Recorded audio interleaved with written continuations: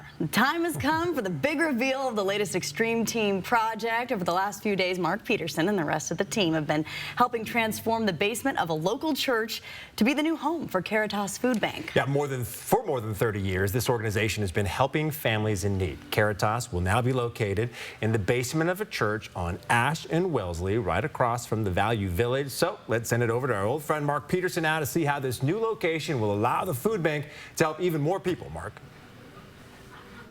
I tell you what, they went from 3 people at a time to what will be much more, and it's going to be pretty cool. But I want to show you what we were dealing with. Let's get to the before video. I love this. We came in. Now, this had been a child's preschool, kindergarten type thing for years under the church, and it had lighting that was 40 years old, had somewhat yellowed through age. It wasn't very bright. It had carpeting that was forever carpeting that had forever apparently was, 3 weeks ago. When we had to pull it out, Ashley Halling took it all away and got rid of it. Now, ladies and gentlemen, here is a wider shot of the new space, the new lighting, the new paint, the new floors. It has all been cleaned, painted, rejuvenated. We've had volunteers in here all week, but we had volunteers before that trying to do all that pre-work to get it done.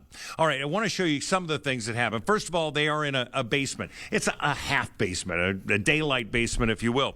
But we still need to get the food down here. There's no ramp down here. There's an ADA entrance, but it can't handle the weight of all of the produce and potatoes and all of that and how much it would be used. So we had to build a ramp where Second Harvest and those volunteers that go out on a weekly basis to get food can lower it down. It comes in through that door. Titan Truck built that, custom built.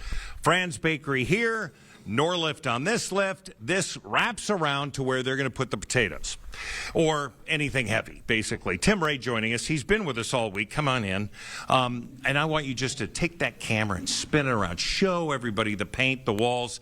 It's huge. Yes, it is. It's quite the space. This area alone is larger than our whole building was. And, of course, that had administrative offices and places for volunteer, the food storage, the refrigerator, the walk-in freezer and refrigerator. Now you have this entire space. I'm saying maybe a dozen people, maybe 10, depending on how many volunteers you have, because each person that comes to the food bank has someone with them. Yes, so it is going to, the more people we accommodate, the more volunteers we need to help out. But with this, we'll be able to, instead of just having 3 people, have maybe 5 or 6 initially with the volunteers. With our volunteers, maybe more. So we need more volunteers to help. One of the special things about that, they come in, they have the carts, they're grocery shopping, and it adds a respect level to the food bank idea. Yeah, you actually, our clients get to select the foods that they would eat, and we will sometimes introduce new things, and we show them recipes and stuff.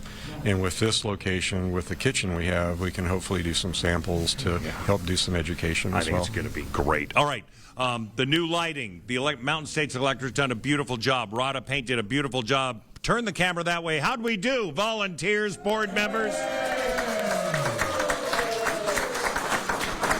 All right, bottom line, I owe each one of them $5 now because anyway, the Extreme Team has been a huge success. We thank everyone who helped us.